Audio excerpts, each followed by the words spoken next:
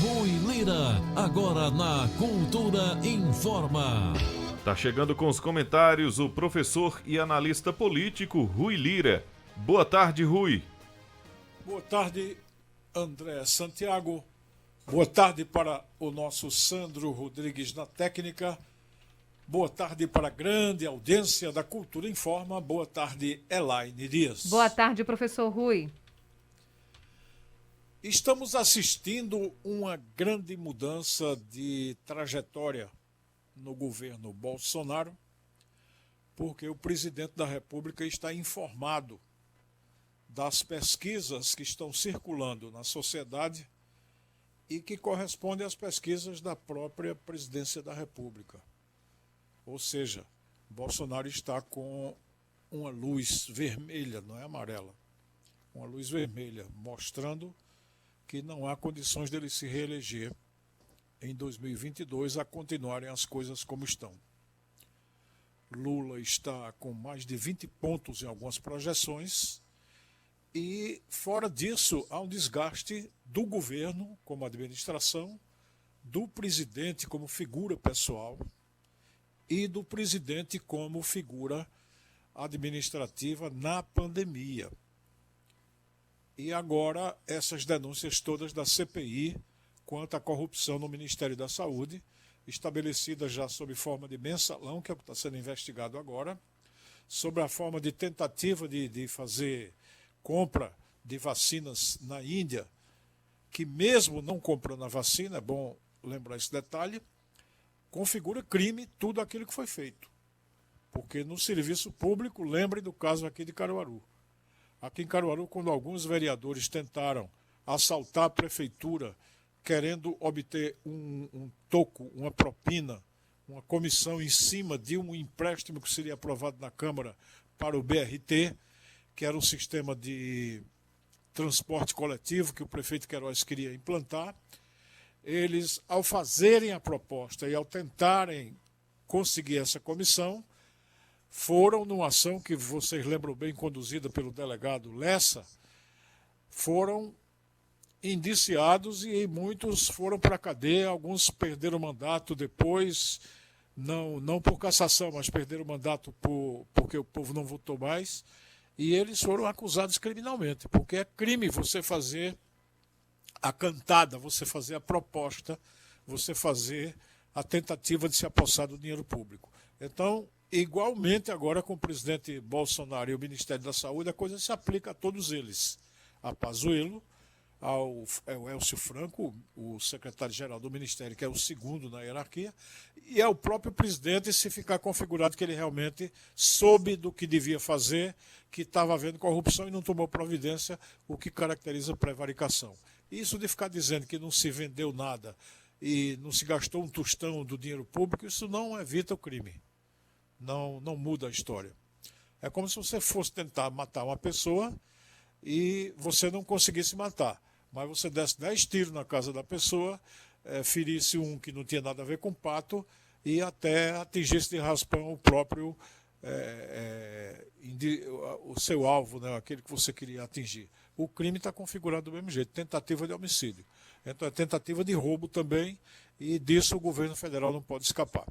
Pois bem, o presidente está cercado por esse escândalo de corrupção no Ministério da Saúde, e que se estende a outras áreas, já tinha a questão familiar com a rachadinha, está apertado porque a avaliação dele na pandemia é péssima, nas pesquisas também, a perspectiva eleitoral é dificílima e ele não teve alternativa. Então o que Bolsonaro pensou lá com os seus assessores, com os seus estrategistas e qual é a jogada que ele vai fazer? Então vejam só, ele vai entregar o governo, do ponto de vista político, definitivamente ao Centrão. Ele vai nomear Ciro Nogueira, que é do Piauí, é do Partido Progressistas e é uma das figuras mais fortes dentro do Centrão. As três maiores figuras do Centrão são Arthur Lira, que hoje é presidente da Câmara, ele, Ciro Nogueira, senador, e Ricardo Barros, que é o líder do governo e é o, digamos assim, o chefão do Centrão. um dos chefões assim mais de peso, né? Inclusive foi ministro da Saúde no tempo de Temer e montou os esquemas que resultaram nessas picaretagens todas e corrupções que estão rolando aí no Ministério da Saúde. Então, Arthur Lira já está na presidência da Câmara, o Ciro Nogueira irá para a Casa Civil da Presidência da República. A Casa Civil é o ponto central, digamos, é o núcleo de comando na cabine do piloto que domina toda a política do governo federal. Em outras palavras, Bolsonaro entrega ao Centrão o controle definitivo da política nacional e da política do seu governo. Segundo, ele vai tirar o general Ramos, que é uma pessoa da amizade dele, e que foi um dos últimos a saber desse jogo, segundo o que eu li hoje, vai tirar o general Ramos e colocá-lo na Secretaria-Geral da Presidência. Mas na Secretaria-Geral da Presidência, o Ramos não vai apitar, onde Ciro Nogueira vai mandar, que é na articulação política. E aí ele vai tirar Onyx Lorenzoni, que está na Secretaria-Geral da Presidência, e vai inventar, criar um ministério para colocar Onyx Lorenzoni. Criar um ministério que vai ter o nome de Ministério de Emprego e Previdência. Para não usar a palavra trabalho, né? Porque trabalho lembra trabalhador, e trabalhador lembra Lula, e eu acho que a última coisa da vida que Bolsonaro quer ouvir falar é em Lula. Então será o Ministério do Emprego e da Previdência, ou seja, vai criar mais uma estrutura dentro do governo, tirando isso do Ministério da Economia. Já tem o acordo, né, de Guedes, que faz qualquer coisa que Bolsonaro mande, desde que ele possa também fazer as privatizações dele e as gentilezas que ele faz todo dia para empresários e todos os tipos de combates que ele faz contra os trabalhadores, como é o caso, por exemplo, de não ter pago auxílio emergencial por 3 meses esse ano, por uma decisão pura e simples do Paulo Guedes. E as pessoas já entraram o ano lascadas, né, lisas, com a inflação mais alta, e ele passou 3 meses sem pagar auxílio emergencial para poder fazer caixa, porque ele faz caixa para quem pode, para quem tem, tirando de quem não tem. Essa é a política de Paulo Guedes. E Bolsonaro assina embaixo. Então, vocês perguntam, bom, e Bolsonaro vai fazer o quê? Um bocado de coisa. Ele vai querer sustentar com Ciro Nogueira os deputados do Centrão para mantê-lo fora do impeachment, vai manter Arthur Lira na cabeça da Câmara como seu ponto de apoio central, porque depende dele viabilizar ou não algum pedido de impeachment, vai nomear também agora o Aras, que tem prestado ótimos serviços na Procuradoria-Geral da República, que é quem advoga eventualmente contra o próprio presidente da República. Então, tendo uma pessoa dele lá que ele reconduziu, ele espera não ter nenhum processo judicial partindo da Procuradoria. Então, com isso, ele faz uma blindagem, Bolsonaro. Nem entra nada pela justiça contra ele, nem entra nada pelo impeachment na Câmara, e Arthur Lira, junto com Ciro Nogueira, garantem todo o jogo que venha da CPI, garante qualquer lance que venha contra ele, mesmo com denúncias na imprensa, essa coisa toda. É o jogo. E esse Ministério do Emprego vai criar algumas bolsas, algumas ajudas, incentivos para o primeiro emprego de jovens, para ver se diminui o desgaste de Bolsonaro entre os jovens, que é muito alto, e também algumas políticas de apoio para a tentativa de gerar emprego, essa coisa toda. Então, Bolsonaro está consciente, para quem diz que ele é burro, vejam que não é. Para zelar pelo interesse dele, não tem nada de burro. Então, ele está raciocinando que precisa tonificar essa administração do emprego e da renda, mexer em alguma coisa aí. Eu não sei se virá algum abono, se virá algum tipo de ajuda para a população jovem, sobretudo para quem está começando no mercado de trabalho, são os programas que ele vai fazer. E essa é a ideia dele para poder fazer face a esse desgaste enorme que está levando o PT com Lula à frente, a figura de Lula, como aquela figura de peso, que não tem nada a ver com a figura de Bolsonaro. Tem gente da direita querendo fazer essa mistura, e tem gente da direita querendo dizer que é preciso ter uma terceira via para poder fazer face à polarização entre Bolsonaro e Lula, que seriam a mesma coisa. Ora, nem são a mesma coisa. Fossem a mesma coisa, Bolsonaro estaria empatado com Lula, 50-50. Mas não é essa a estatística que está rolando. Está rolando quase uns 60-30 a favor de Lula. É isso que está rolando em tudo quanto é pesquisa. Então a população brasileira fez uma escolha já a essa altura.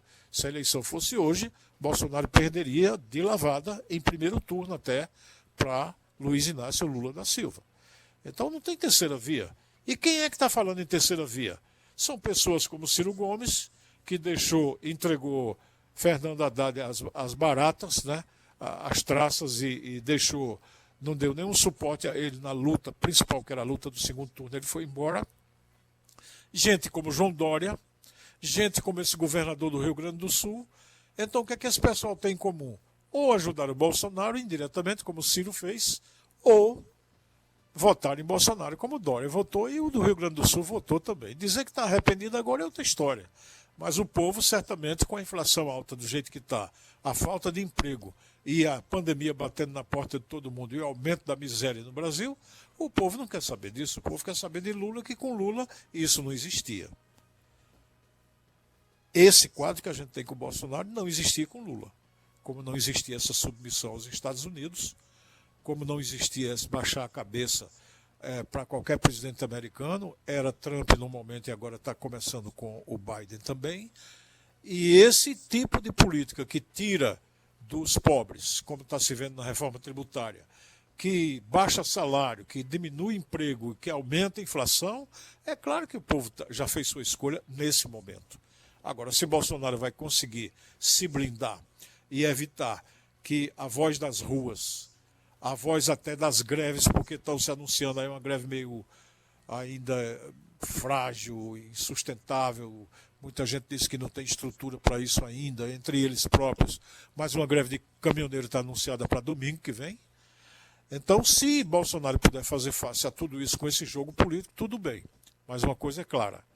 Acuado, colocado no canto da parede, ele tirou um dos melhores amigos que ele tem, que é o Eduardo Ramos, da Casa Civil, e entregou o comando político ao Centrão, que o general Heleno dizia, né? Se gritar pega Centrão, não fica um, meu irmão, querendo dizer que era, se gritar pega ladrão, não fica um, meu irmão. É por aí que ele vai, Bolsonaro, para se proteger politicamente, faz parte da estratégia dele, e nós vamos acompanhar para saber que resultado isso vai dar. Mas todo esse assunto cabe à reflexão do ouvinte da Cultura Informa. Opinião é na Cultura. Primeiro lugar em audiência, do jeito que você gosta. Você está ouvindo a Cultura Informa, o jornal do nosso rádio. Agora 1h mais 41 minutos. 1h41 na Cultura. Ouvinte pode perguntar ao professor Rui Lira pelo Facebook e WhatsApp, tem ainda o nosso canal no YouTube. Aqui a Cileide Nascimento está dizendo, professor Rui, ele está querendo jogar para ver se engana os jovens. Esses jovens têm que acordar para esse desgoverno. E já está havendo uma reação dos que são oposição a Bolsonaro, falando de que os partidos políticos, como o PSOL, o PCdoB, até frações do PDT, do PSB e do próprio PT, deverão empreender um trabalho de esclarecimento da juventude para mostrar aos jovens que o problema não é ter essa ou aquela política, digamos, específica para o emprego, o primeiro emprego ou qualquer coisa semelhante. O problema não é esse. O problema é a maneira como Bolsonaro gerencia a economia ligado a Guedes para favorecer apenas o polo dominante, o polo que tem dinheiro. Um exemplo, por exemplo, desculpe a cacofonia, né? Mas um exemplo que a gente pode ver é esse da Amazônia. Quem é que está tocando fogo na Amazônia? O maior toca fogo, o maior incêndio de toda a Amazônia, a maior devastação, segundo a televisão acaba de colocar, nos últimos 10 anos. Em 10 anos nunca houve nada parecido. Quem é que está? Quem tem interesse em pegar a terra, quem tem interesse na mineração, quem tem interesse em acabar com as demarcações e as áreas indígenas e tudo mais. Isso é uma maneira de favorecer quem já tem muito dinheiro, que é o agronegócio. São os grandes capitais que têm dinheiro, tanto para desmatar e tocar fogo, como tem dinheiro para ocupar essas terras e botar lá dentro gado e fazer 1000 investimentos e ganhar dinheiro com isso. Essa é a política que Bolsonaro seguiu ao tirar os fiscais do IBAMA e tantos outros, ao diminuir o impacto das legislações, das leis que possam impactar tudo isso e facilitar a vida desse pessoal.